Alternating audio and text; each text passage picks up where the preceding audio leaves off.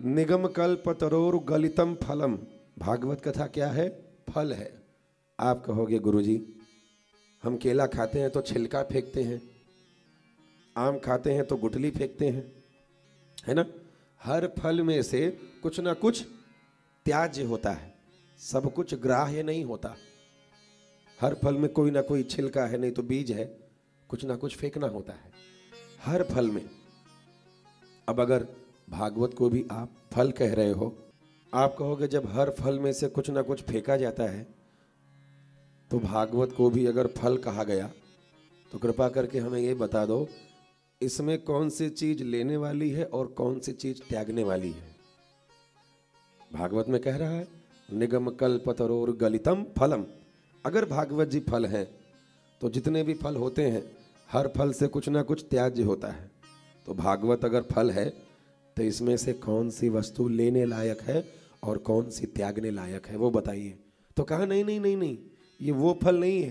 कहा तब गलितम फलम, निगम कल्पतरोर गलितम फलम, वेद रूपी कल्प वृक्ष का ये पका हुआ अमृत फल है। और ये फल नहीं है, उस फल का आलय है, उस फल के रस का आलय है। निगम कल्पतरोर गलितम फलम शुक मुखादमृत द्रव संजितम पिबत भागवतम रसमालयम। उन सभी फलों का ये रस है, पिबत भागवतम रसमालयम। तो फल में तो कुछ ना कुछ फेंका जाता है, लेकिन रस में फेंका नहीं जाता, सब कुछ पिया जाता है। भगवान की कथा सिर्फ सुनी नहीं जाती, पी जाती है ना? अब कथा पिया कैसे जाता है बताऊं कि जानते हो? सुनो,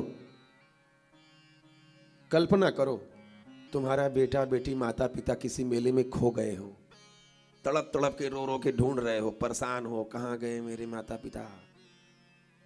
उस समय कोई आके तुमसे कहने लगे हमने तुम्हारे बेटा बेटी माता पिता को वहां देखा, तो उसकी बात को जैसे सुनते हो, कहाँ दे, उसको पीना कहते हैं। कितने एकाग्रता से सुनते हो, कितना प्रेम होता है। अरे भाई हमारे बारे में, हमारे परिवार के बारे में बता रहे हैं, कितनी ध्यान से सुनोगे। कल्पना करो ऐसे ही परमात्मा की कथा जिज्ञासा पूर्वक श्रवण की जाती है, पी जाती है। पिबत भागवतम रसमालयम मोहर हो रसिका भूई भाव का।